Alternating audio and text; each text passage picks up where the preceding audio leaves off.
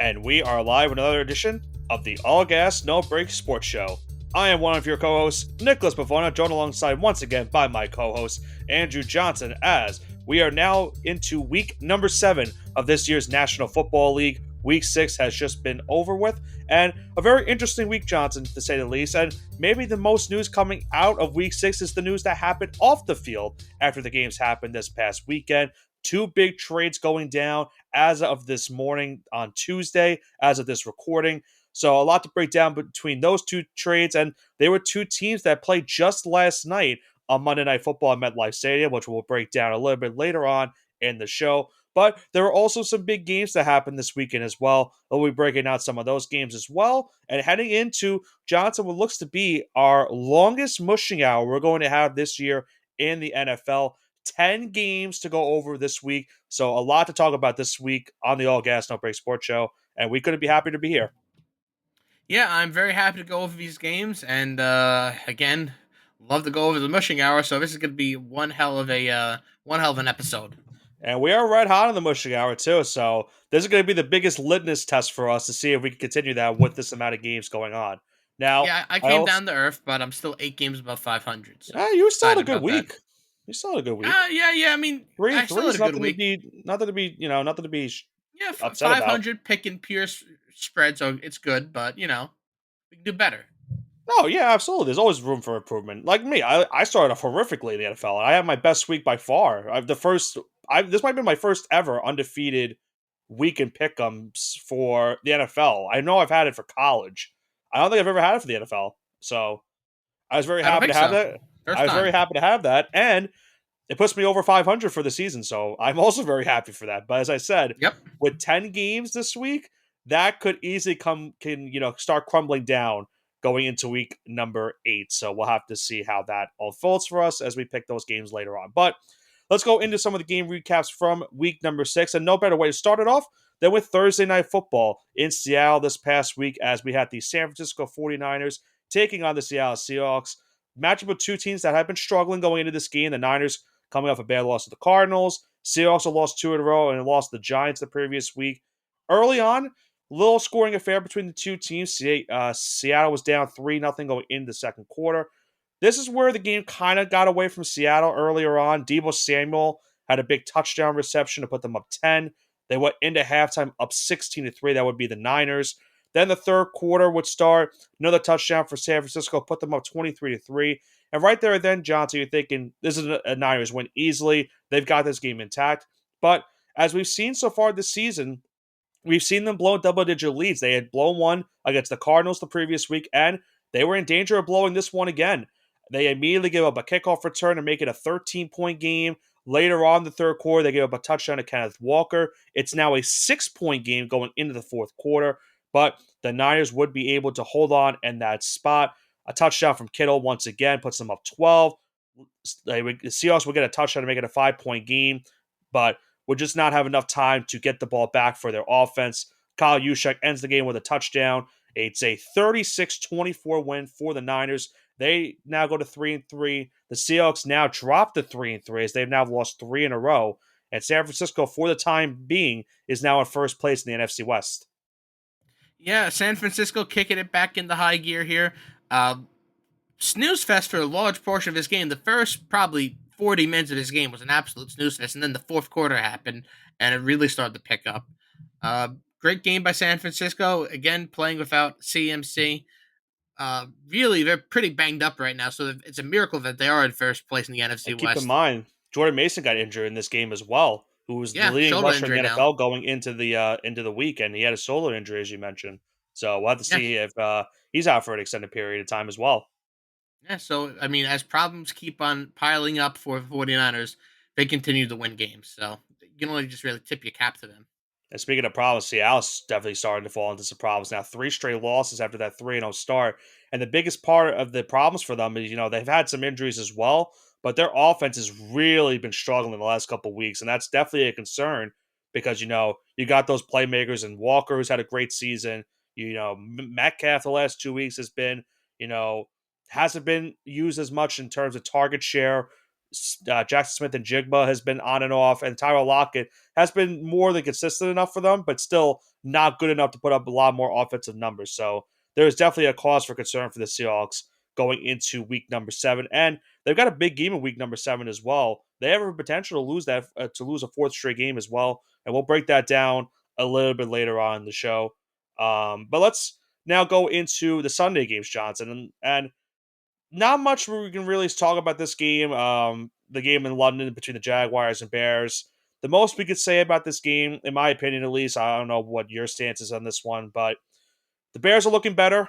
The defense is still, looking great. Caleb Williams is starting to finally play better. And the Jaguars are just looking like an atrocity right now. ETN gets hurt again. Trevor Lawrence doesn't look great. You had Evan Ingram back. He had a great game, but had a key fumble early in the second half. And Jacksonville's now 1-5. I mean, it just is not getting any better for this team. They stay in London this week for another London game. And for the Bears now, they go to 4-2. They've now won 3 in a row. Now, albeit, I know how your stance is on Caleb Williams. He has looked better, but he has faced some, not great defenses the last couple of weeks. We'll have to see if he can continue that success going on. They have a bye week this week, so some good time for Caleb to at least continue, try to mend over what he's done the last couple of weeks and try to continue that after the bye week in week number 9. Yeah, after week or week number week 8, 10, excuse me. after week 10, he's going to be thrown through the meat grinder because you said it best. He's not playing good teams. 1-4 win over the 1-4 Titans, a win over the 1-4 Rams, a win over the 1-5 Panthers, and a win over the 1-5 Jags. Yeah. 4-18 record teams he's beaten. And he lost to the Colts, which are mediocre, and he lost to the Texans too. And not only did he lose to the Texans, he got absolutely smoked by the Texans. So when he has played a real defense, he's gotten smoked. He's playing against JV defense. He's playing against Little League defenses right now. So when he plays the Packers, Vikings, Lions back to back to back, and the then Niners, we're gonna see what he's made of. Yeah, and the look Niners too. Look at that stretch alone. You got the. You know what? Say what you will. It's the meat grinder. The Patriots defense is still not terrible. I mean, it is. It's a warm up though compared to everyone else. You got Packers, Vikings, Lions, 49ers, Vikings, and Lions again. It's the meat grinder. That's like I said, I wasn't kidding. It's the meat grinder. And then he has to play the Seahawks. He gets a break, and he goes back to the Packers. He goes to Lambeau Field to finish off the year. Let me ask you this. If he does good in that stretch, does your stance on him change? Yes. My chance if he can look like an NFL caliber quarterback for the average of that stretch after the Patriots, he deserves to be in the league. Because is there Go ahead. Because right now, he's doing good, but he's playing against teams that are absolute dog water. Is there a certain, what's the minimum record he would have to go in that 6-game span for you to be okay with it?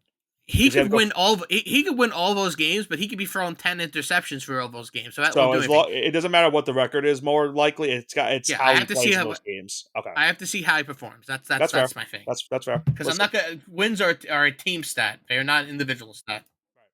I totally agree with that. I'm totally with that.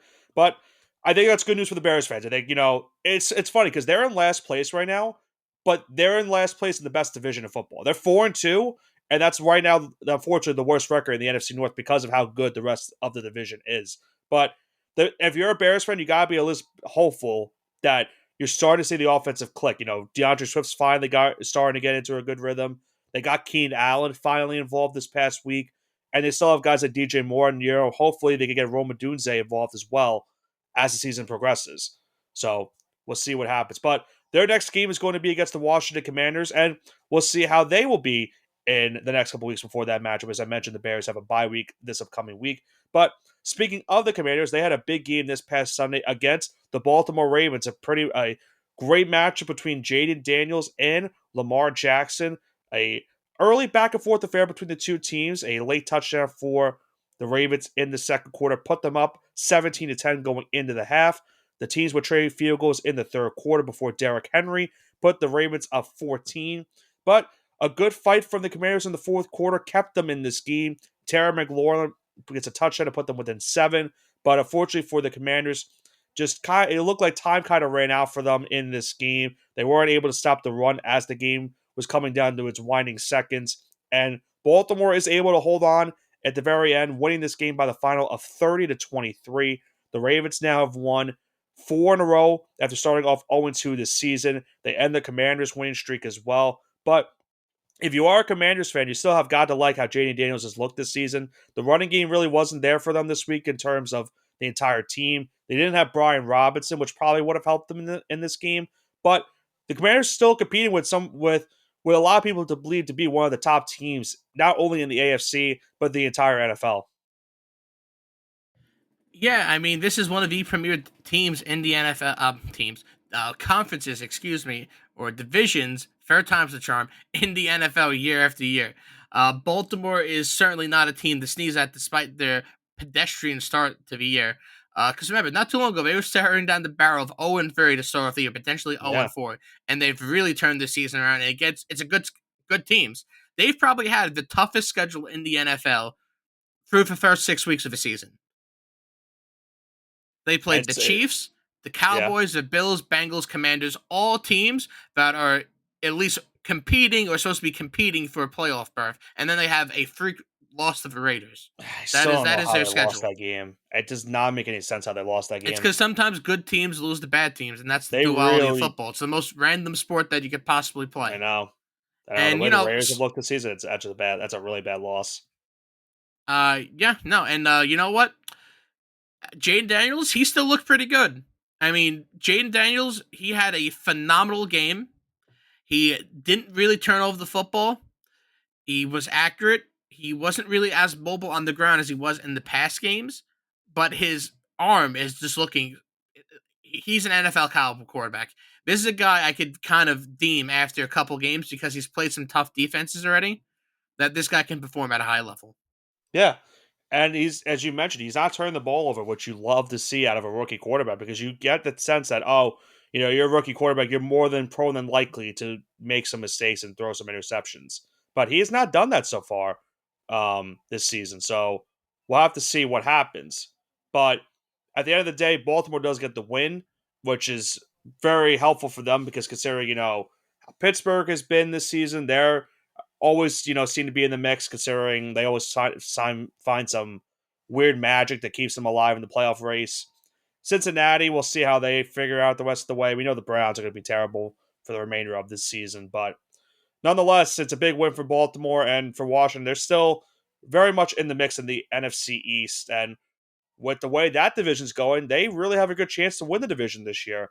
And I think what better way to segue into how bad the NFC East has been the last couple weeks, or most of the season, is what happened on Sunday between the Cowboys and the Lions.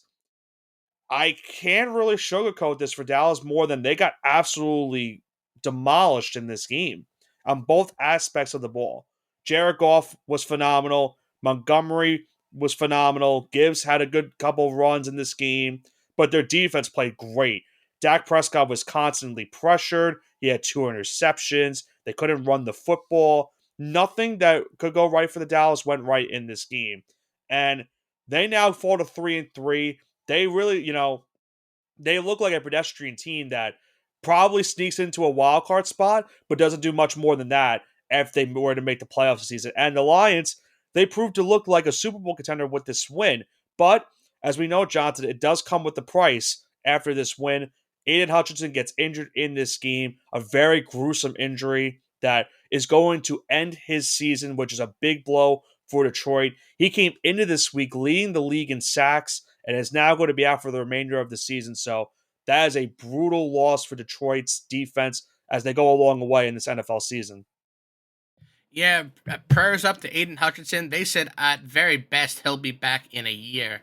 But you know what was bad when they rushed him into immediate surgery? It didn't look good on the field, and Yeah. it really is just unfortunate because he's one of the league's premier young players. Oh, Uh, yeah. I mean, especially because he's the hometown kid. He was born in Michigan. He played football at Michigan. He should have been the number one overall pick. Like Yeah. hindsight is always Trayvon 2020, Walker's but been I solid, can't but believe he's not Aiden Trayvon Walker Hutchinson. was taking over Aiden He's been Hutchinson. good, but That's he's not crazy. He's not Aiden Hutchinson good. And that was a shock even on draft day because he was a freak athlete and he's performed at a high level in the NFL now. And this sucks. a year away from a big contract, so this is gonna play into it too. This it's really unfortunate that this happened, but we can only hope he comes back stronger next year, if So he can even play next year.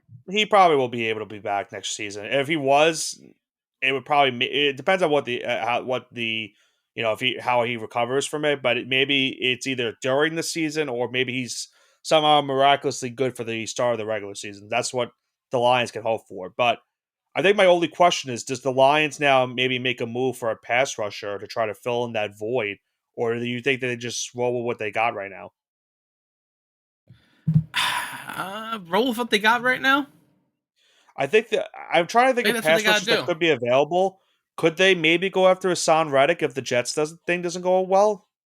I think the Jets are buying in no matter what. They did not to spoil anything, but they're buying in no matter what at this But you don't point. think they would? You think they're going to try to get Hassan Reddick? They did say he's got permission to get a trade, so that's why I'm Yeah, I thinking know, I know. It's gonna be that's why I'm thinking interesting. maybe they could say, you know what, why not like just go out and get a premier pass rusher. And I don't know if you want to bring him to a contract extension. I don't know what that would entail because obviously that's the case for Hassan. He wants to play under a new contract, but if you can potentially guarantee him a Super Bowl this year, even though the Jets were trying to do that, I mean, maybe you could pull that off. The Jets have traded pretty much all the draft capital away at this rate, so I don't see why not. Maybe if you're Detroit, but I probably agree with you that they most likely just stay put. They still have a great defense, but Hutchinson was a huge reason why that defense was great because he was able to get to the quarterback pretty much every single play, and that's why he was leading the league in sacks up Yeah, until one of this the point in the premier pass season. rushers in the league. So it's a brutal blow for Detroit, but we'll see after how they now bounce back because they have a huge game upcoming on Sunday, a division rivalry game that will determine who's going to be in first place in the division at the end of the week as well. Going into the first of our primetime games of the weekend, I hate that I'm going to be talking about this game, Johnson, but let's dive into the Sunday night game between the Bengals and the Giants. Really, and Joe Burrow kind of said it best after the game was over. It was an ugly game between these two teams. First drive of the game, the Giants gave up a touchdown run to Joe Burrow at a play where it was 3rd and 18. They left the right side of the field wide open. There was not a single defender in sight, and Burrow ran down the right sideline for his longest rush of his NFL career. 47-yard touchdown puts the Bengals up 7-0. Giants had their chances in this game. We saw Daniel Jones make a boneheaded decision in throwing a interception when the Giants were in the red zone that could have potentially either put them within 4 or tied the game if they were able to go down and score. They would not score a point until the third quarter where Tyrone Tracy would get a touchdown. But that was the frustrating part of the first half was where the Giants were not involved in that running game early in the first half. They were really trying to throw the football a lot. This was without Malik Neighbors for a second straight week. So they finally got the running game involved in the second half. They're starting to move the ball better in the second half.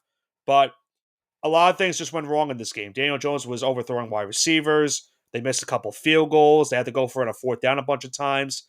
And the play that sealed it all was another play that was frustrating from Jones where it was 4th and 2. They had a play where Jones was going to throw the ball. He wanted to throw it to Darius Slayton, and he throws it to Darius Slayton. The pass was incomplete. But the frustrating part of the play was that he has his tight end, Theo Johnson, open to the corner outside, which would have got him the first down. And he had Wan'Dale Robinson open in the middle of the field. He had to step on his defender, but he didn't look at any other route. He stared right down at Darius Slayton on that play, and it led to the incompletion, led to the Giants turning the ball over on downs, and they would not get the football for the remainder of this game until garbage time as they fall the Bengals 17-7. Yeah, this is a game that the Giants easily should have won, and I think pretty much any other team in the league might have won. Sorry, Nick. Even That the the Giants have had all their entire season has been that.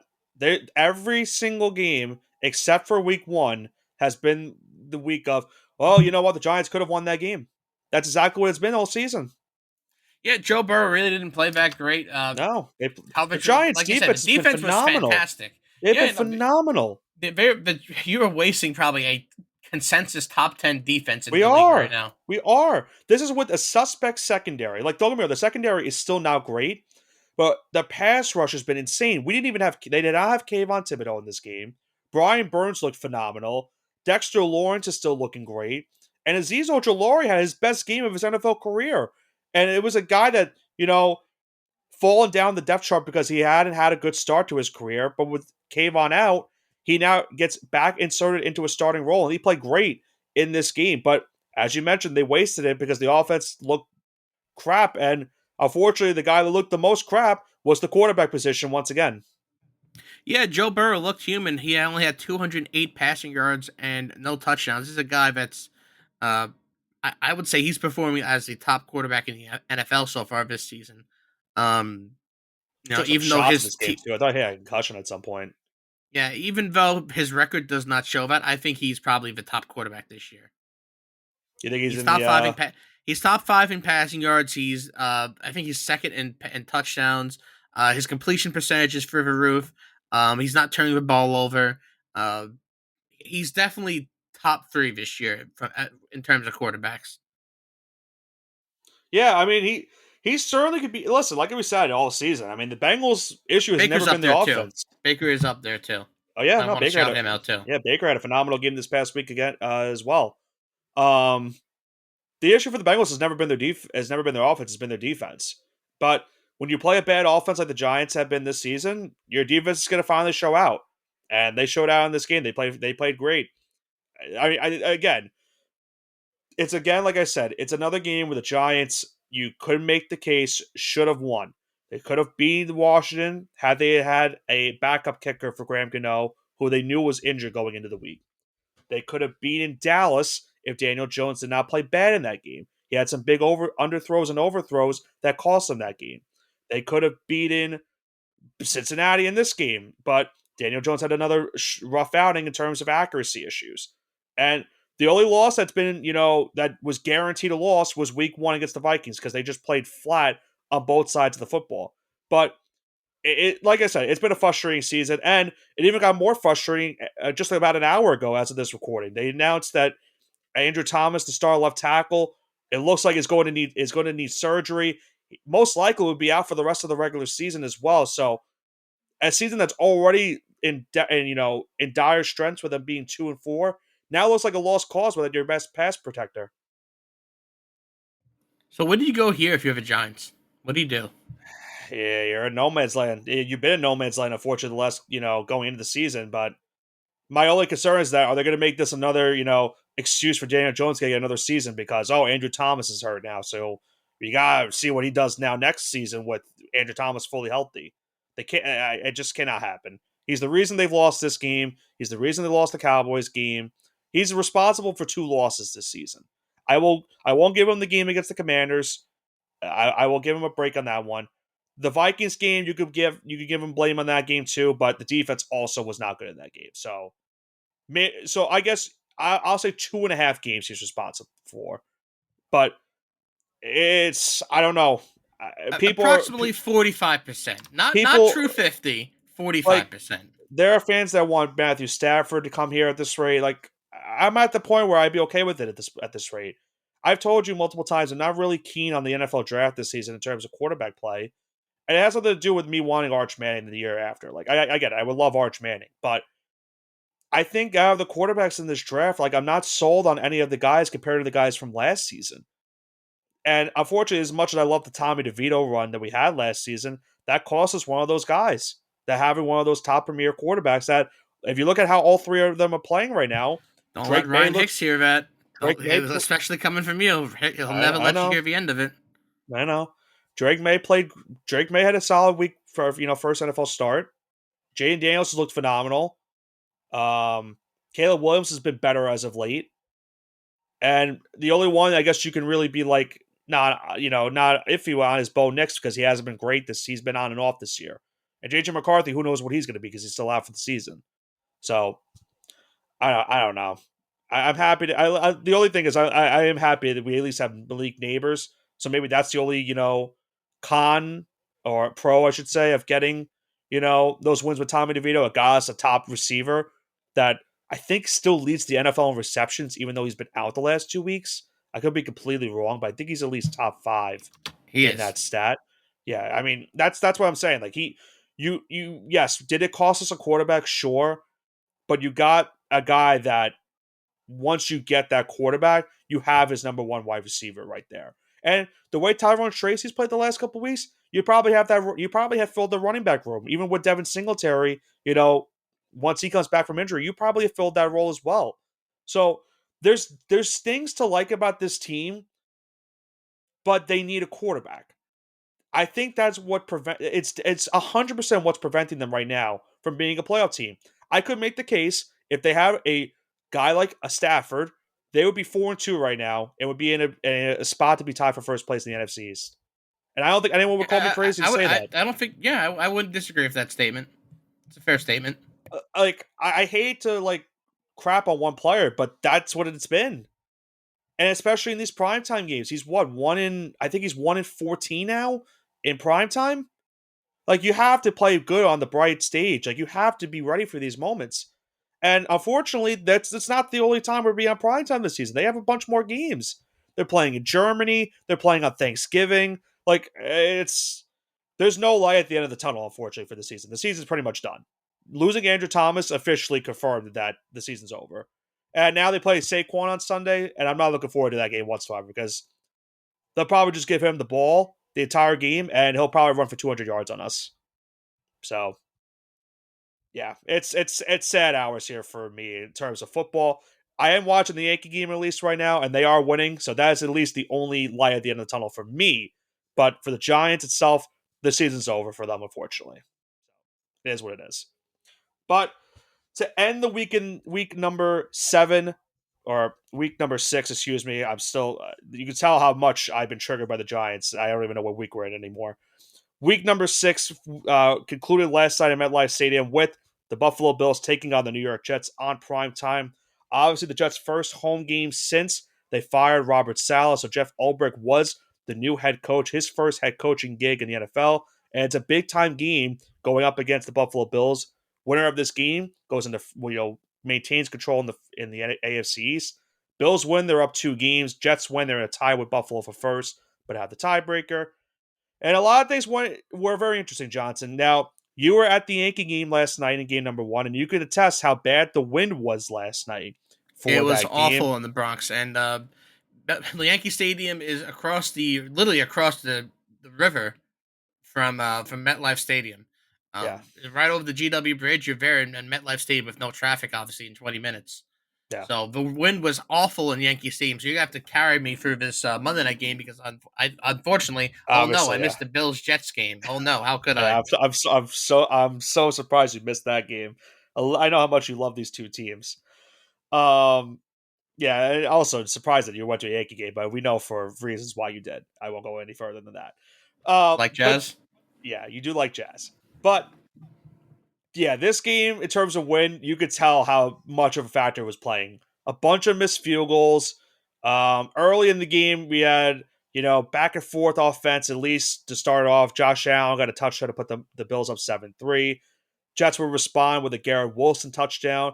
So a lot of offense was scored in the first half, which was very surprising to me. I know you picked the over for this game, and it looked really good the way the game was going in the first half. Mac Hollins and Dawson Knox get touchdowns to put the Bills up 10 going into halftime. But as we've seen throughout his entire career, Johnson, Aaron Rodgers just finds a way to get these Hail Mary touchdown passes. Throws a Hail Mary touchdown I did pass see to that end. one at the end of the second. Yeah, you couldn't have missed it. I mean, the way it happened was insane. Touchdown pass to Lazard to end the first half, put the Jets within 3 going into halftime.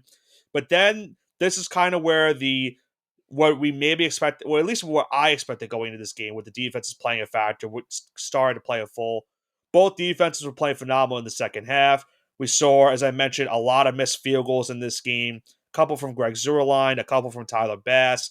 They would trade field goals, one in the third quarter from Zuerlein, but Bass would get the game winner in the fourth quarter with 3 minutes left. The Jets did have a chance to go down the field and tie the game, but unfortunately for them, Aaron Rodgers throws an interception to Teron Johnson, which would seal the Buffalo Bills win. They hang on by the final of 23-20. They now go to 4-2 on the season, and they now drop the Jets to 2-4. They've now lost 3 in a row. So what do you do now if you're the Jets? Because I mean, I have the answer, but what would have you done personally? Now, is this before or after the news we got Before, today? for the news today. Well, if you look at the Jets, and I understand the move they made today, and we'll talk about that in just a minute, how that affects their offense. If you look at this game, the offense was this might have been the best offensive game they've had in a couple weeks. Their defense is very concerning right now. This is what I mentioned when Robert Saleh got fired. Their did not play good in this game. Josh Allen was accurate, just had 6 incompletions, 2 touchdown passes, did not turn the ball over. But keep in mind, Buffalo did not have James Cook in this game. He was ruled out an hour before kickoff, which I'm still irked about for other reasons. I'm not going to talk about that any further. But they went to their third string running backs, and especially Ray Davis, the rookie out of Kentucky, and he has his best game in the National Football League. A 97 yards rushing. He had 55 yards receiving, leading the Bills in both receiving and rushing in this game. So phenomenal performance from him in this one. And that's the major concern for the Jets right now. I feel like they need that defensive help. We talked about Hassan Reddick earlier. I would have thought maybe you could have extended him, but now it seems like they want to trade him. So I don't know necessarily what other moves you can make defensively, who's even going to be available on the market to try to fix your rush defense, because that's been the problem for the Jets this season. Their rush defense has looked abysmal, and that was a problem for them last season as well. So if I'm the Jets, I don't know where exactly you go from here, but maybe the move you made today will maybe prevent your defense from losing the games because maybe you'll score a lot more points offensively. Yeah, offensively, I mean, it's a good old fashioned boat race. Who doesn't love one of those if you're an NFL fan? Yeah, That's what you're gonna. That's what's boiling down to right now. It's gonna be a war for whoever can get the most touchdowns. And yeah. unfortunately, a lot of teams are gonna lose out on that because I think a lot of teams aren't good enough to even play that game because how bad quarterback play has been. Yeah, like Rodgers doesn't play terrible last night. Like he played fine. But, the interception was bad. The offensive line's also another concern for them too. Like Rodgers is getting beat up back there. And that was supposed to be, this was a talk of going into the offseason where the Jets were very confident that this offensive line was going to be better than it ever was. And it has not looked like that at all this season. And obviously another factor in this game was penalties. There was 22 accepted penalties in this game. So that made it, if you were watching this game, you were probably getting ticked off with the way the game was going because of how much the refs were being involved. But yeah, I don't know. I don't know where exactly they can go from here. However, as we know now, they did make a move to try to maybe fix some things after last night's tough defeat, and that was getting an old friend of Aaron Rodgers, and that being former Green Bay Packer, now former Las Vegas Raiders, wide receiver Devontae Adams, as the Jets and Raiders making that trade as of today, as of this recording. It's a conditional third round pick going to Vegas for Adams that can become a second round pick if Adams is to become a first or second all team pro this season, or if the Jets were to make the AFC Championship game or the Super Bowl, then it would become a second round pick for the Raiders. So, any thoughts you have on this trade, Johnson, in terms for what this does maybe for the Jets for the rest of the regular season? Yeah, it was the worst kept secret in the NFL because from Yeah. week one we knew that was going to happen. It's why I drafted a guy like Jacoby Myers I at think fantasy last because I I think just knew it last was year going to you knew it. happen. Yeah, I think Yeah, last last season year, we kind of yeah, knew it it's too. just it is what it is. I mean, there's really not much to say about this. That we knew it was going to happen. Now, as I mentioned, that they played the Buffalo Bills last night on Monday Night Football, and the Bills saw this trade happen and they said, huh, well, let's try to see if we can maybe one up this move. And they pretty much were very close to doing that, and they got a big time wide receiver as well today, Johnson, as they acquired Amari Cooper from the Cleveland Browns, finally giving Josh Allen that new number one wide receiver since they had traded Stephon Diggs in the offseason. The Bills getting Cooper and a 2025 sixth round pick in exchange for a 2025 third round pick and a seventh rounder in 2026. And keep in mind, Johnson, the reason that this deal was able to be made for Buffalo with Amari Cooper's contract being restructured in the offseason, it would allow Buffalo to make this deal get done. I think the Bills are only paying, I think, 802,000 of the 1 point something mil salary that Cooper has for just this season. So it is a very great deal for Buffalo, and now they get a wide receiver that can potentially help them make a playoff run. Yeah, to me, Murray Cooper has more talent than Stephon Diggs. He's just been with a bad quarterback the last year and a half or so. And this was way more surprising than the Devontae Adams trade because Cleveland has Yeah, pretty much admitted to, you know what? We're tanking now. We have this $250 million quarterback that has the worst quarterback rating in football over the last 18 games he started.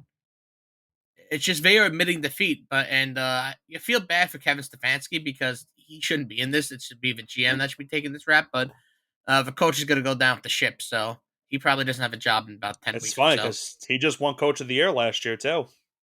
Yeah, Flacco saved them. Flacco saved him. Yeah, Flacco might save the Colts this year. The way that season's been going, they're right now in the playoffs. The season ended for Indy, Yeah, it's a but feel good story. I yeah, hate the but Colts, but good for Flacco. right, that's true. As a Patriot fan, it obviously makes sense. But yeah, it's a great move for Buffalo getting Amari Cooper. I mean, this is a guy that's been searching for a quarterback to play with since some of the early years of Dak. He had some decent years with Derek Carr. Even last year, he had a good year, and that was with Flacco for most of the season as well. Um, so we'll see exactly how this transition works for the Bills. But it's a phenomenal move for Buffalo now. They're 4-2, now in firm position of the AFC East, and now you get Josh Allen, that number one wide receiver, to make sure that if they were to make a deep playoff run, that Allen has a reliable guy to throw it to this season. So we'll see how that move pays off for the Bills as this season now goes along. But as I mentioned, Johnson, let's go into now week number 7 of the Mushing Hour this week. I mentioned a long slate for us this week. 10 games to go down into, a couple of primetime games, another London game. It's a very pivotal matchups as well on Sunday that we'll dive into as well. I mentioned for both of us, we're starting to get on a bit of a heater in the NFL. You were 3-3 last week. I finally am over 500 for the first time this year. 4 games over after a 7-0 record in week number 6. But with a 10-game slate, let's see if we can maintain those records going into week number 8. And let's start off with the Thursday night game. As some might say, it's the Sean Payton Bowl, as Sean Payton is going to return to New Orleans this upcoming Thursday night as the Denver Broncos take on the New Orleans Saints. The Broncos coming into this game as a 2.5-point favorite. The over-under is set at 37.5. Who do you got for this one? Saints plus 2.5. I think they played fine without Spencer Rattler. They still have Kamara. I don't know what the status of Chris Olave is. He keeps on disappointing me in fantasy, but I think they have the talent to beat the Broncos. The Broncos I haven't looked would great this year. I would venture to say Olave probably doesn't play because he just had a concussion, and it's a 4-day rest in between. And it's the new NFL, yada He yada, Tua probably Tagovailoa, yada yada he yada. probably doesn't play. I mean, keep in mind for as a Giants fan, Malik Neighbors got injured, had a concussion as well, and that was on a Thursday night game, and he has not played the last 2 Sundays, so he's been out for an extended period of time. So that's why I'm concerned Olave might not play in this game. But the Saints might also be without Rashid Shaheed in this game too, so that's also something to note for New Orleans. So with that being said, the injuries are a concern for the Saints, and Denver's defense looked pretty bad against the Chargers this past week, but with 2 rookie quarterbacks, that's probably where I don't know where you realistically can go with this game. I'm going to lean towards Denver to get the win, so I will go with the Broncos minus 2.5.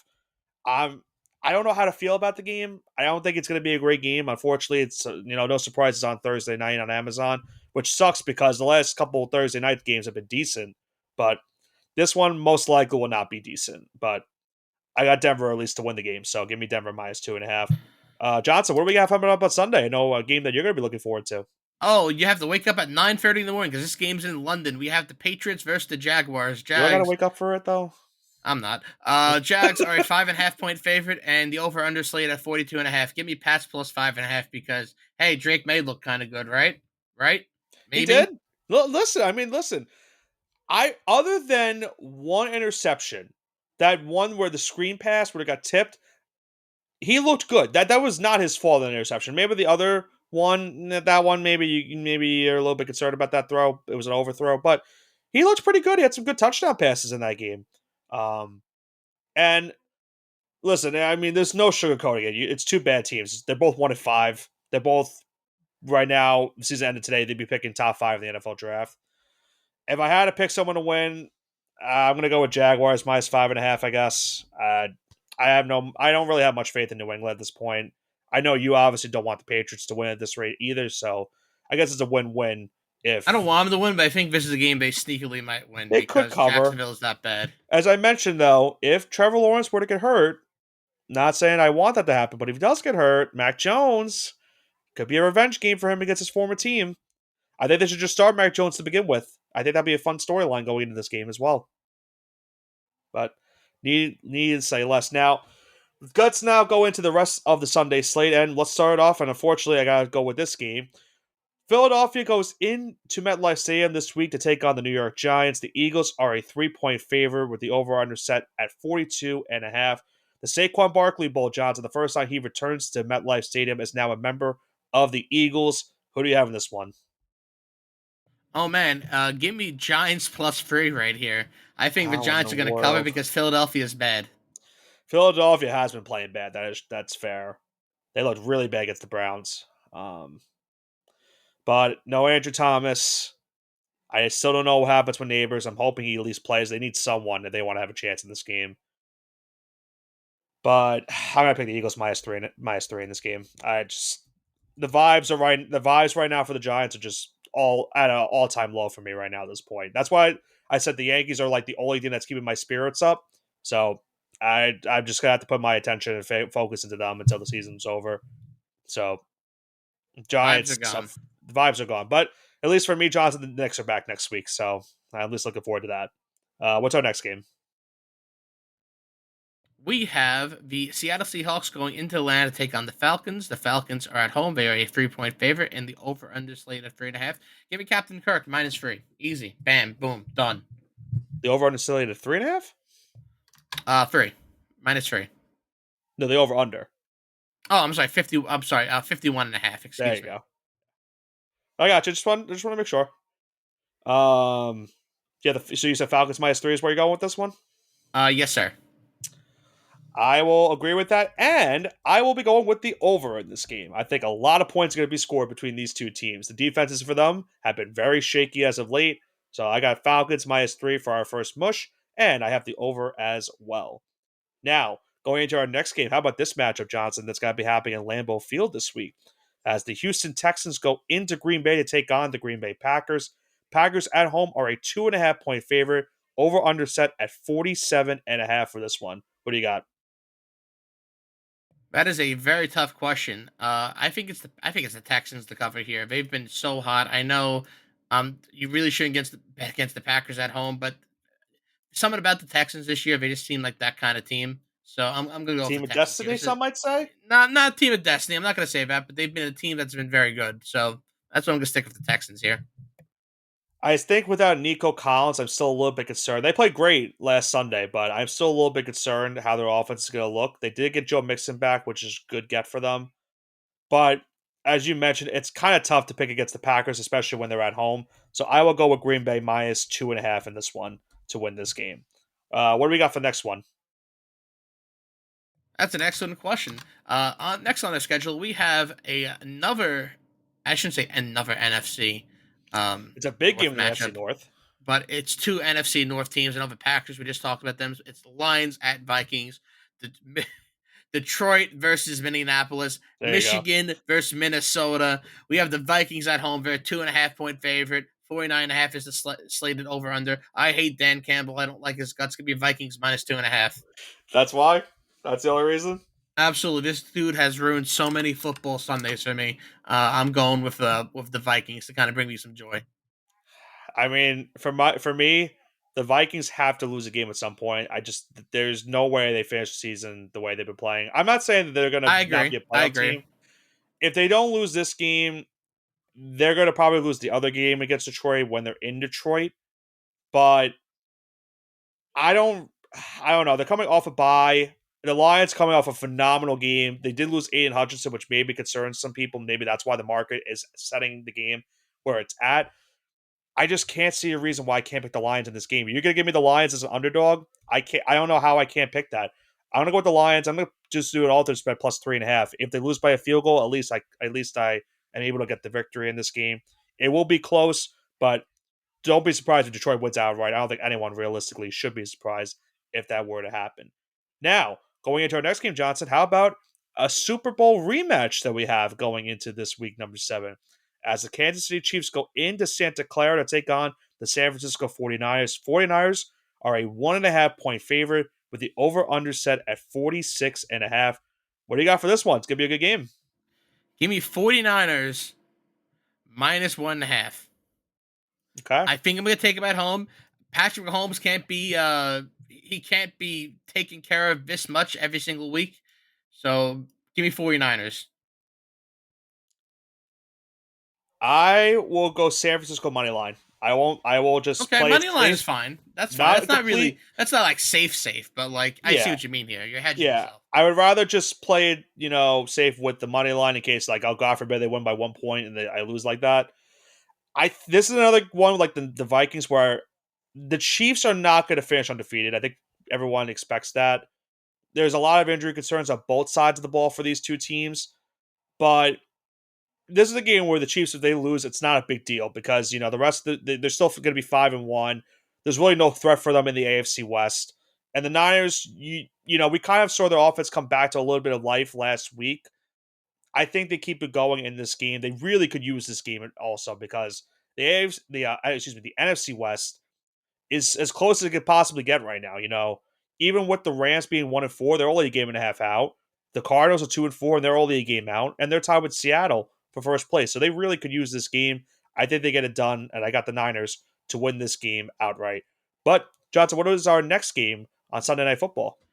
We have the New York Jets going on the road into Pittsburgh, take on the Yinzers, take on the Steelers of Pittsburgh. The Jets are on the road, and Russell Wilson may be starting this game. We don't know I yet, so cannot believe it if they do.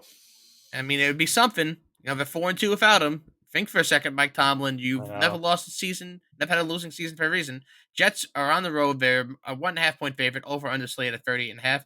With that being said, give me the home team. Give me Steelers plus 1.5 since you give me points. I think they're going to win this game. And if you give me the points, I might as well hedge myself. So Steelers 1.5, plus 1.5. That's my official pick. I'm going to go with the Jets minus 1.5. I don't really.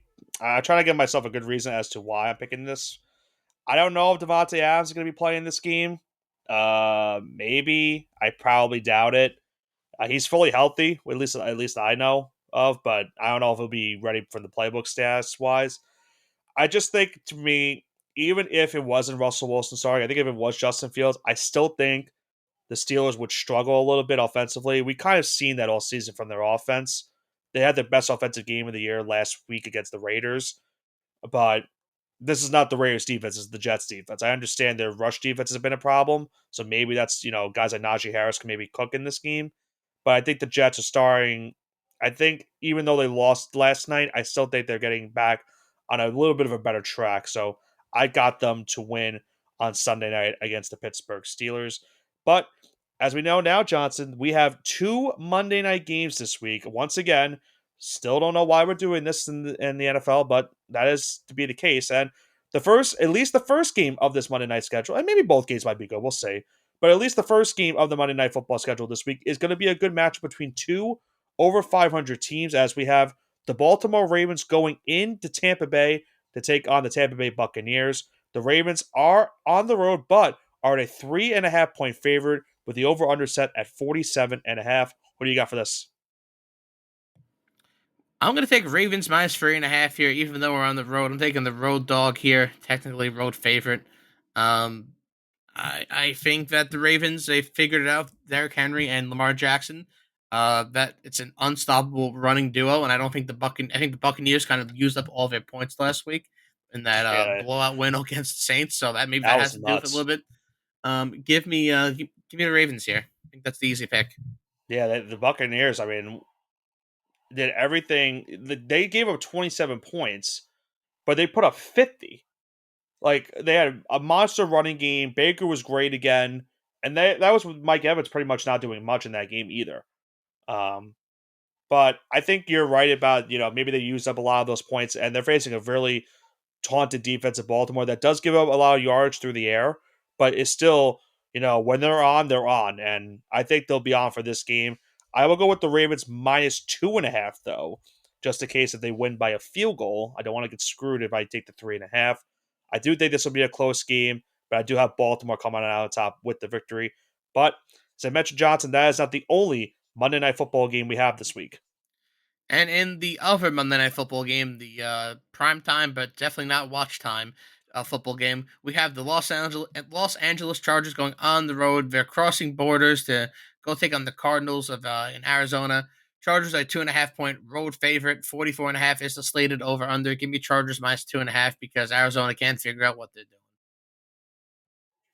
I wanted to know also something. I want to add the over as well to the Ravens and Buccaneers game. I think that's going to be a high scoring game between those two teams. So give me the Ravens minus 2.5 and the over. But going back into this game, I get it. It doesn't look good on paper. The Cardinals are 2-4, the Chargers are 3-2. It's not really doesn't look like the greatest of matchups. I still think this could be a good game between these two teams. However, for me, I'm gonna go with the Cardinals plus 3.5. I'm gonna go a little bit of an alternate spread. I think the Cardinals might win this game personally. I don't know what it is. I don't know what is attached to me so much about this Cardinals team this year.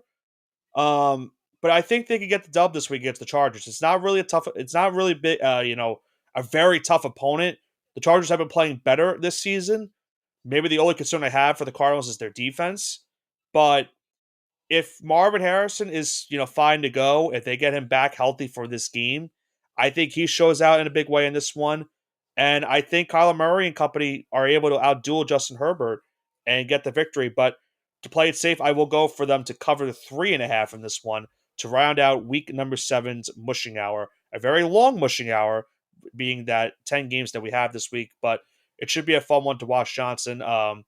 Any final thoughts before we wrap this one up here tonight? I hope Drake May continues to have a great performance and loses to the Jags because I need that draft pick. I want Travis Hunter. You want Travis Hunter, we know. Hank for Travis. I wish I could say I want someone in the draft, but I'm just not there. I don't even know who I want at this rate. And I know it's going to be a quarterback at this point, so I'm not going to be happy. Hey, Quinn Ewers is looking pretty good, man. Listen, you can get Quinn Ewers with like the 14th pick. The injuries concern me. That's why I don't know. Fair. Yeah, I don't know. I would have to do more like watch a little bit more college football to get maybe a better interest into any of the quarterbacks that are coming out of the draft. So we'll see.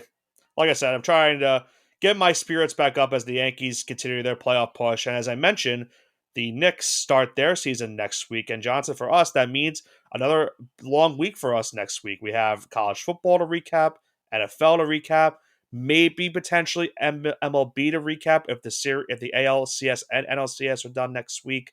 And of course, the NBA season tips off next Thursday. Or is it next Tuesday or next Thursday? I always forget. It's next Tuesday? Tuesday for the NBA. It's the 22nd. Okay, so it's literally as of next week, as of this recording. So October 22nd. So a long week coming up for us next week, potentially either 3 or 4 episodes. We'll have to see how it all folds. But nonetheless, we're happy to be here and happy to be talking about all the wonderful sports that we have going on in the professional sports world. And we'll see what happens in the next week if we have to talk about the MLB or not. Hopefully, for my sake, the Yankees series is over by then. And we'll see if the Mets maybe make the World Series. We got that Subway Series, as we mentioned. But as for this week, that's going to do it for the All Gas No Break Sports Show. Week number 6 in the National Football League has been concluded, and we now head into week number 7. A big slate here in the NFL this week. Thursday night game, maybe not the London game as much. We'll have to see how that game goes. But Texans and Packers going to be great. Lions and Vikings will be great. Super Bowl rematch from the Chiefs and the Niners. The Jets go to Pittsburgh on Sunday night, and then 2 Monday night games: Baltimore and Tampa Bay. Almost at San Diego. It's still San Diego in my heart. San Diego, Los Angeles versus Arizona as well on Monday Night Football. We'll see how all those games unfold in week number 7. This has been Nicholas Pavona, joined alongside by my co-host Andrew Johnson with the All Gas No Break Sports Show. Have a great rest of your week.